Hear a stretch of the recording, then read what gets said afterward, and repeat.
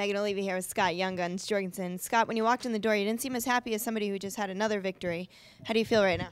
I'm very happy I got the victory, but I like to put on exciting fights, and I wanted to end it. I wanted to go out there and either submit or knock Jeff out, and I know I'm capable of it. And on my feet, I didn't fight the way I normally do, putting together punches. There was a lot of one-punch things, and I've been focusing a lot on my ground game for this camp, and I got to do what I wanted to on the ground, which was outwork him on the ground, and so I just kind of looking at the fight through what I saw. I wish I would have done a few things differently on my feet, but I felt good.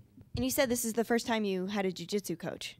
Yeah, this is the first time I've actually had somebody that sits down with me day in, day out, and we go over techniques and a game plan. And all the other times, it's me and my training partners or whoever I'm with, we're just kind of figuring stuff out. You don't grab here, you don't grab there. But this time, the first time I've actually had a jiu-jitsu coach, Diego Moraes, brother of Daniel Moraes.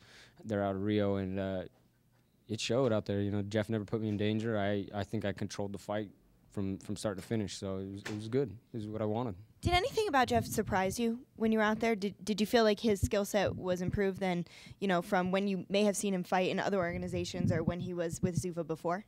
I really haven't watched Jeff fight a lot, but nothing surprised me. I was a little tentative on my feet. The cage tonight felt a little bit slippery. Like I couldn't get my feet under me, get enough traction to really sit down and throw my heavy punches, and it showed, because I was throwing single jabs out there or one punch at a time, and but other than that, it was everything out there that I'm kind of not real happy with is all from my side. Jeff's a tough guy.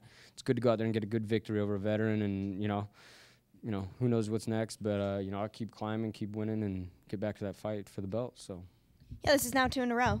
Keep climbing, keep winning. Anybody that you're looking forward to fighting, or whose name that you would like to call out right now and say, this is who I'd like to face? I really don't do that a lot. I let the UFC and pick who I'm going to fight. And Sean Shelby and Joe Silva both know that I want to fight for that belt again. So, I know Dominic's hurt, and we got the Uriah Brian Bowles fight. So I don't know who's next, what's next. I just know I keep winning, and the only thing I want is I want to fight again before the end of the year or right there after the new year. I don't like sitting for 6 months, and I love to fight. So the more the merrier. All right, before I let you go, you mentioned the Uriah Brian Bowles fight. How do you see that fight going down? It's going to be. I think it's going to be a great fight. Both guys are very dynamic and very well rounded. I think Uriah's got the edge, but like I said, this is MMA and anything can happen. But we'll see. We'll see what happens. Brian's got power. Uriah's got the slick speed, power, and I guess kind of a little bit of a who knows what could happen. So. Well, congratulations, Scott. Keep checking Heavy.com for more UFC 137 coverage.